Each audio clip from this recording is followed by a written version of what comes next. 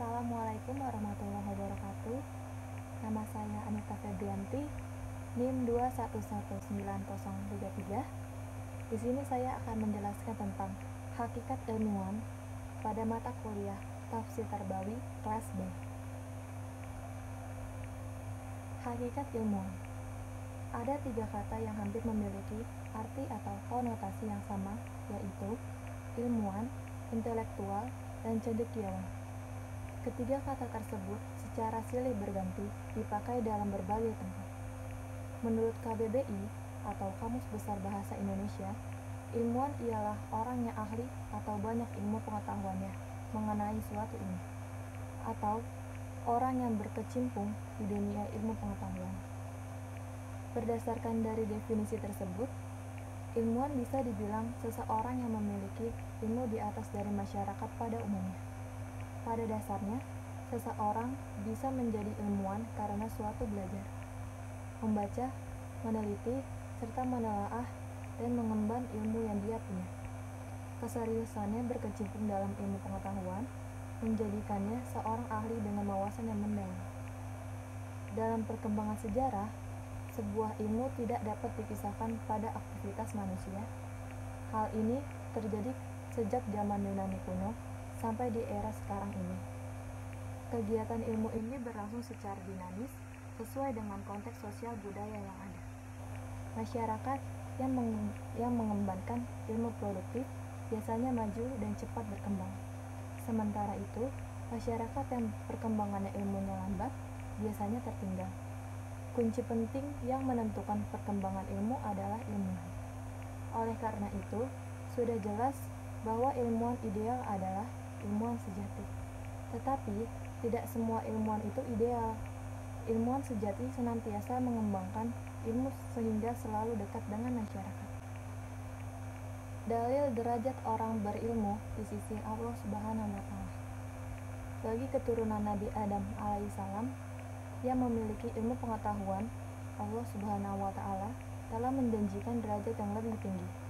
Dalam Al-Quran, surat Al-Mujadalah ayat 11, Allah berfirman, Yarfa'illahu alladhina amanu minkul ladhina utul ilma darajah wallahu bima ta'maluna khabir. Allah akan meninggikan orang-orang yang beriman di antaramu dan orang-orang yang berilmu pengetahuan beberapa derajat, dan Allah Maha mengetahui apa yang kamu kerjakan. Dilihat dari turunannya, dapat dipahami bahwa ayat tersebut berkenaan dengan majelis ilmu. Dapat dipahami juga bahwa ayat tersebut senantiasa mengajak kita untuk selalu menuntut ilmu pada majelis ilmu, karena ketika kita aktif di dalamnya, maka akan diangkat derajatnya di sisi Allah Subhanahu wa Ta'ala.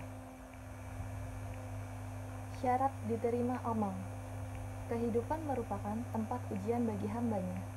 Siapa yang baik amal perbuatannya, maka akan diterima amalnya oleh Allah Subhanahu wa Ta'ala.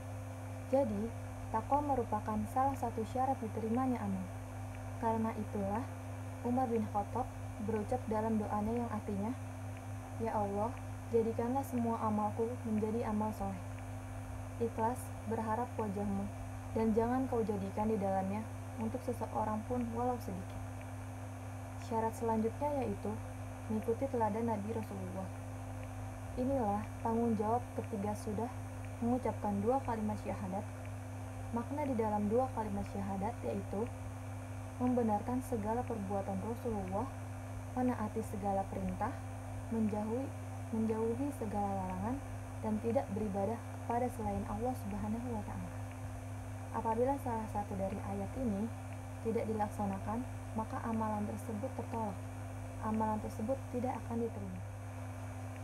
Orang berilmu, ilmuwan, filosof, dan ahli hikmah. Ilmuwan ialah orang yang selalu konsisten dalam proses penelitian yang dilakukannya.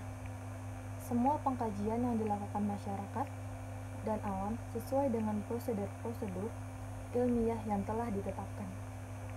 Penelitian yang dilakukan semata-mata untuk mengungkapkan sebuah fakta yang sebenarnya bukan yang seharusnya. Setiap upaya ilmiah harus ditujukan untuk menemukan kebenaran yang dilakukan dengan penuh kejujuran, tanpa mempunyai kepentingan langsung berdasarkan argumentasi. Ilmu merupakan sikap untuk hidup, cinta kejujuran, dan membenci kebohongan. Filosof bisa disebut juga dengan filsafat. Sudah banyak ahli filsafat yang mengemukakan apa itu filsafat. Hal ini dikarenakan oleh berbedanya pandangan dan pendapat mengenai filsuf itu sendiri. Pandangan dan pendapat yang berbeda agar bisa menambah wawasan dan pengetahuan yang luas dan mendalam mengenai filsafat. Yang terakhir ada ahli hikmah. Yang dimaksud dengan ahli hikmah adalah orang yang mengetahui ilmu syara' serta mengamalkan ilmu atau bisa dibilang sebagai orang yang soleh. Soleh dalam lahir dan batinnya.